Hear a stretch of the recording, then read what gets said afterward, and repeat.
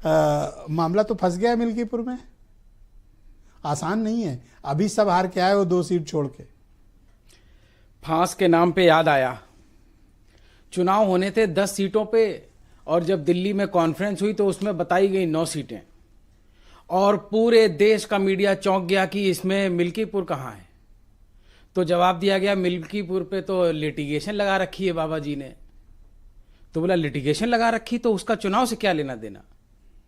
तो बोला नहीं, जब तक लिटिगेशन है चुनाव नहीं हो सकता। और जानते लिटिगेशन वापस कब हुई? जिस दिन 9 सीटों का चुनाव का रिजल्ट घोषित हुआ उसी दिन लिटिगेशन वापस ले ली। कांप कौन रहा है? कांपा कौन? आपसे कौन कांपेगा? कांपा कौन? अभी नहीं, तो हरा के आए हैं, ये क्यों हमसे कांपने की जरूरत नहीं है। राजा राम की धरती है, राम से कांपने की जरूरत है, और राम से ही कांप रहे थे। मंदिर बनाया, पत्थर जोड़े, पानी टपका बरसात में, बाउंड्री गिर गई सड़क पे, और जमीनें सैकड़ों हजारों में खरीदी गई और लाखों करोड़ों में बेची गई। अधिकारियों ने और नेताओं ने जमीन का व्यापार किया कहां? राजा राम के राज में।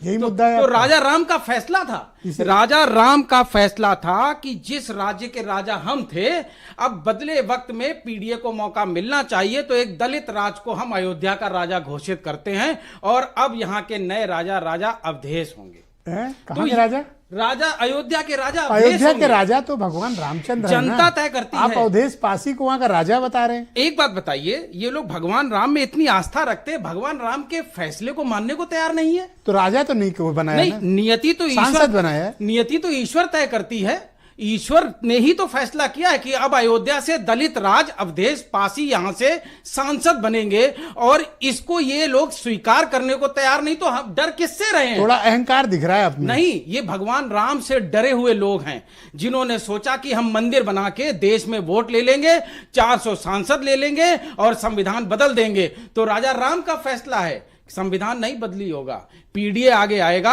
और यहां से अब दलित सांसद बनेगा। परिवारवाद तो क्या दलितों से दिक्कत है? आप परिवारवाद कर रहे हैं। आपने सांसद का टिकट अवधेश पासी को दिया। नहीं, मुझे कंप्लीट कर लें जी।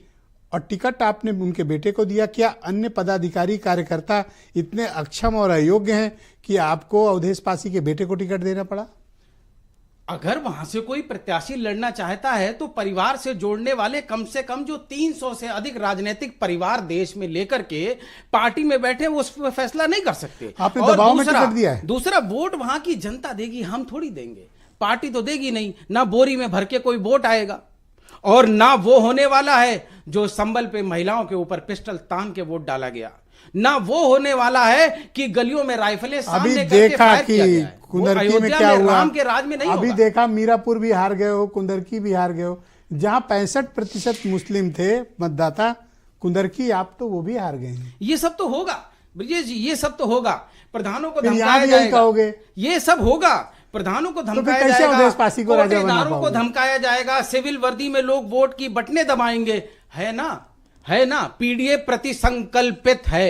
एक एक आदमी घर से निकलेगा, अपने घर की बहु बेटियों की इज्जत के लिए, इस माफिया राज और गुंडा सरकार से मुक्ति के लिए वो तो बता रहे हैं कि गुंडे आप पाले हुए हैं वहां। अरे तो आपने देखा नहीं, मुख्यमंत्री के घर के बगल में वो व्हाइट ट्रैक सूट में पिस्टल लेके थाने में परसों घुसा था।